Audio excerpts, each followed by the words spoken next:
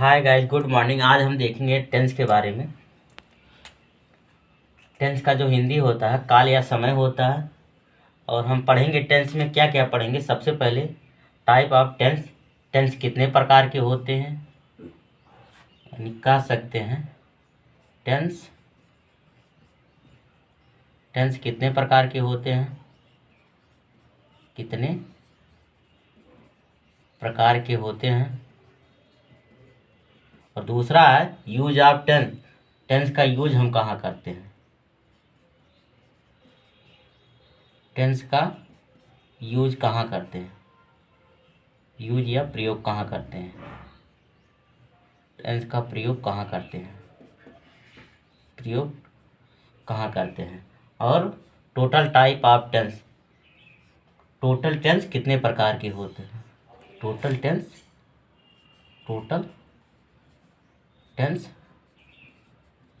कितने प्रकार के होते हैं, प्रकार के होते हैं।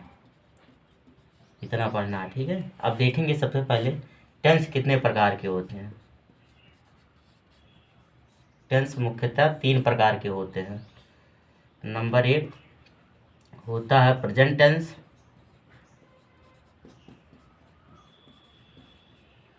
प्रेजेंट टेंस जिसका हिंदी होता है वर्तमान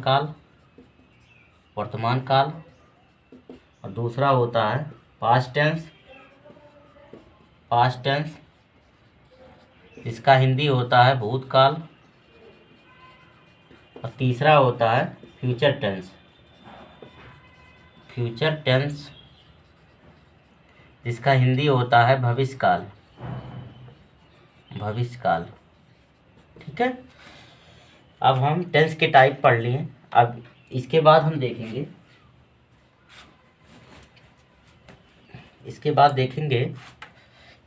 यानी प्रेजेंट टेंस जो है कितने प्रकार के होते हैं, पास्ट टेंस कितने प्रकार के होते हैं, फ्यूचर टेंस कितने प्रकार के होते हैं। अब देखिए, जैसे हमने पढ़ लिया जो है टेंस 3 प्रकार के होते हैं, present tense, past tense, future tense. अब देखेंगे प्रेजेंट टेंस कितने प्रकार के होते हैं। नंबर 1 वाला प्रेजेंट टेंस कितने प्रकार के होते हैं।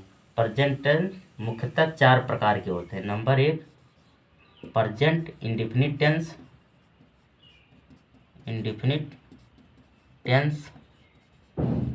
Number 2 present continuous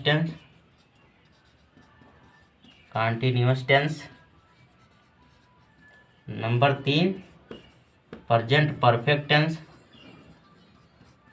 tense, number 4 present perfect continuous tense.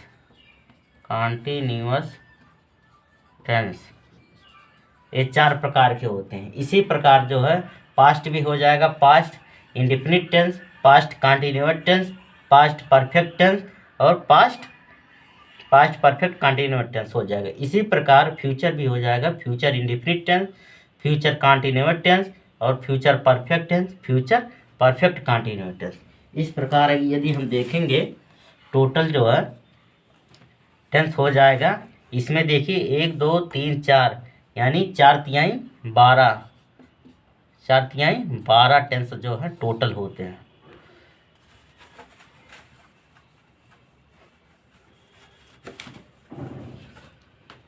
ठीक है, अब हम देखेंगे टेंस टोटल कितने हो गए। टेंस टोटल जो है हो गए 12 टाइप हो गए। 4 जो होते हैं प्रेजेंट के होते हैं और 4 ही पास्ट के होते हैं और 4 ही फ्यूचर के होते हैं, फ्यूचर टेंस के, ठीक है। यानी 4 तिहाई 12, टोटल जो है 12 टेंस होते हैं। अब हम देखेंगे 1 2 करके देखेंगे सभी को। इसको मिटा दे रहे हैं। अब हम देखते हैं सबसे पहले present indefinite tense. Present indefinite indefinite tense के बारे में, इसको हम विस्तार से पढ़ेंगे। प्रेजेंट इंडेफिनिट, इसमें जो होता कार्य जो होता, सर्वप्रथम देखेंगे यदि कार्य को हम कहें, इसमें कार्य अनिश्चित होता है, निश्चित नहीं होता, अनिश्चित होता है। और दूसरा और देखेंगे इसको हम कैसे पहचानेंगे, पहचान, इसका पहचान जो है लास्ट में वर्ब के अंत में ता है, ते है, ता है, ते है और ती है, ठीक है, ती है आदि से पहचानते हैं। और इसकी जो सहायक क्रिया होती है, देख लीजिए सहायक क्रिया इसकी जो होती है, सहायक क्रिया, सहायक क्रिया ए वर्ब के फर्स्ट फॉर्म में यस या ईएस लगता है, लगता है। और यह जो है केवल एक वचन के साथ लगता है, एक वचन कर्ता के साथ जो है यस या ईएस लगता है। और बहुवचन कर्ता के साथ, बहुवचन कर्ता के साथ वर्ब का फर्स्ट फॉर्म यूज होता है, यूज होता है, ठीक है। केवल वर्ब का फर्स्ट फॉर्म ही यूज होता है। जैसे देखिए यदि हम देखेंगे राम, राम एक पुस्तक पढ़ता है, राम एक पुस्तक पढ़ता है, पढ़ता है। अब हम सबसे पहले नियम से देखें, कार्य इसमें अनिश्चित है यानी निश्चित नहीं, अभी पढ़ रहा है, ठीक है। और पहचान देखेंगे लास्ट में ता है, यानी ता है, हम समझ जाएंगे यहाँ प्रेजेंट इंडेफिनिट टेंस है, ठीक है। और सहायक क्रिया इसका होगा लास्ट में, यानी वर्ब के फर्स्ट फॉर्म में यस या ईएस लगता है। और हम देखेंगे एक वचन है या बहुवचन, राम जो है नाम हमेशा एक वचन होता है, ठीक है। अब हम इसे जो है ट्रांसलेट कर लेंगे। जैसे देखिए राम का राम ही हो जाएगा, उसके बाद पढ़ता है, पढ़ना का जो इंग्लिश होता है रीड होता है। अब एक वचन है तो इसमें यस लग जाएगा, रीड्स ए बुक, इसी प्रकार बन जाएगा। इसका अगर हम नेगेटिव बनाएं, नेगेटिव हो जाएगा इसका नेगेटिव। और नेगेटिव में जो है, नेगेटिव में हेल्पिंग वर्ब जो होता है वो होता है do not, does not, does not, यही दो ही यूज होते हैं। डू नॉट जो है बहुवचन के साथ यूज होता है और डज नॉट जो है एक वचन के साथ यूज होता है, ठीक है। अब हम जैसे देखेंगे, अगर हम यहीं पे लिख दें राम एक पुस्तक नहीं पढ़ता है, एक पुस्तक नहीं पढ़ता है, नहीं पढ़ता है, तो हो गया नेगेटिव, हो गया एक वचन का नेगेटिव हो गया, ठीक है। एक वचन का क्या होगा, नेगेटिव हो गया ये। अब हम इसे बना लेंगे, राम हो जाएगा। अब देखिए एक वचन के साथ हमेशा डज नॉट लगता है, डज नॉट, डज नॉट, उसके बाद पढ़ता है रीड हो जाएगा, रीड ए बुक। और हमेशा ध्यान ये रखेंगे नेगेटिव में जो है वर्ब के फर्स्ट फॉर्म में यस या यस नहीं लगता, क्योंकि इसके लिए पहले से ही डज नॉट एक हेल्पिंग वर्ब लगा हुआ है, ठीक है। अब इसी का हम बहुवचन देखेंगे। अब जैसे हम सब विद्यालय जाते हैं, हम सब विद्यालय जाते हैं, विद्यालय जाते हैं, जाते हैं। तो हम का इंग्लिश जो होता है बी होता है, और जाना होता है गो होता है। यहाँ देखिए यह बहुवचन है, इसलिए इसमें यस या यस नहीं लगेगा, इसलिए हो जाएगा गो टू, हो जाएगा गो टू स्कूल, हो जाएगा स्कूल, ठीक है, यही हो जाएगा। इसके बाद कामा। अब इसी का हम नेगेटिव भी बना लेते हैं।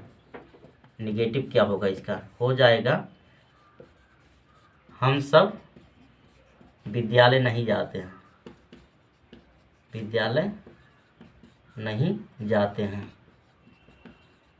इतना। इसका जब हम नेगेटिव बनाएंगे तो हम का इंग्लिश होता है बी होता है। उसके बाद देखिए जो है बहुवचन के लिए डू नॉट होता, तो यहाँ पे हम डू नॉट लिख देंगे, डू नॉट। उसके बाद जाना की इंग्लिश गो हो जाएगा, गो टू कहाँ, स्कूल जाते हैं। बस इसी प्रकार हम जो है आसानी से प्रेजेंट इंडेफिनिट टेंस को हम आसानी से कर सकते हैं। ठीक है, अब इसका हम इंट्रोगेटिव भी देख लेते हैं इसी वक्त।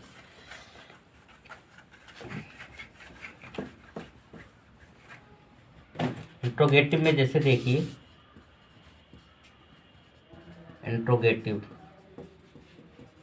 इंट्रोगेटिव में हमेशा दो टाइप होते हैं। एक होता है यस या नो टाइप, यस या नो टाइप। एक होते हैं WH टाइप, WH।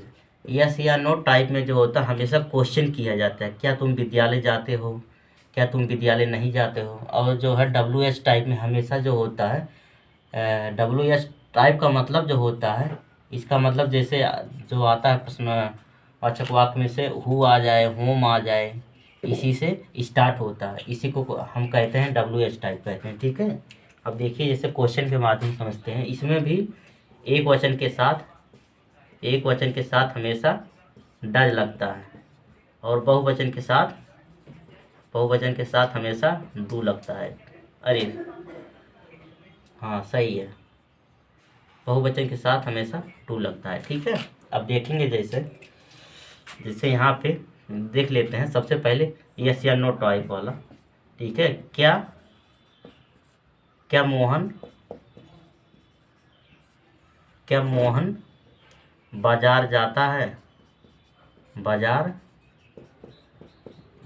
है, तो हम यहाँ पर हो जाएगा, प्रश्नवाचक चिन्ह हो जाएगा। ठीक है, अब हम कैसे पहचानेंगे कि यह जो है यस या नो टाइप है या WH टाइप है। ठीक है, तो यहाँ पे देखिए क्या के माध्यम से जो है क्वेश्चन किया जा रहा है। ठीक है, तो हम जान जाएंगे यह जो है यस या नो टाइप वाला। ठीक है, तो क्या यहाँ पे सबसे पहले देखेंगे जो करता है एक वचन है या बहुवचन। तो मोहन जो है एक वचन है, तो इसके लिए हो जाएगा डज हो जाएगा, उसके बाद मोहन हो जाएगा, उसके बाद तुरंत आ जाए मेन वर्ब क्या है, जाना का इंग्लिश होता है गो टू मार्केट, उसके बाद प्रश्नवाचक चिन्ह। ठीक है, इसी प्रकार हम एक देखेंगे WH टाइप वाला। जैसे हो जाए, यदि यहाँ पे लिखा रहे, यही देख लीजिए,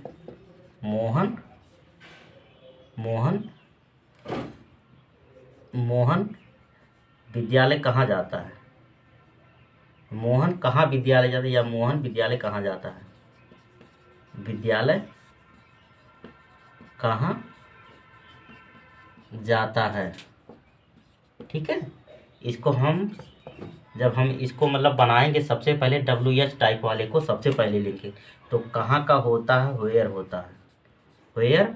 उसके बाद जो करता है एक वचन है, तो एक वचन के लिए हम डज लिखेंगे, उसके बाद मोहन लिखेंगे यानी कर्ता लिखेंगे, उसके बाद वर्ब लिखते हैं, वर्ब है जाना यानी गो टू कहाँ, स्कूल।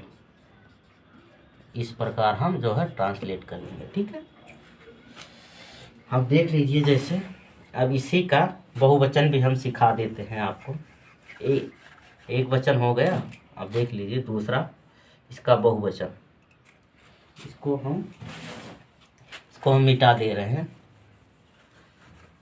ठीक है, अब बहुवचन के लिए एक एक एग्जाम्पल, जैसे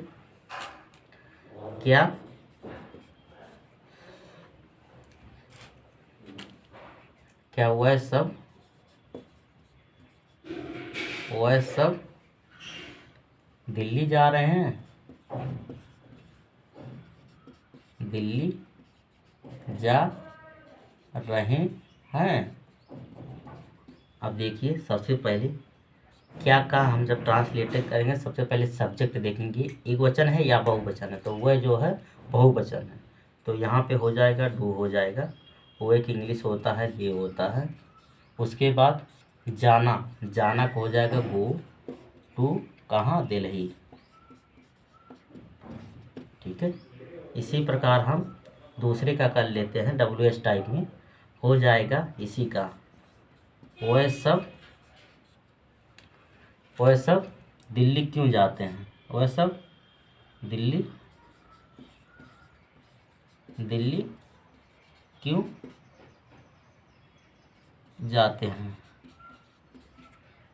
हैं, ठीक है।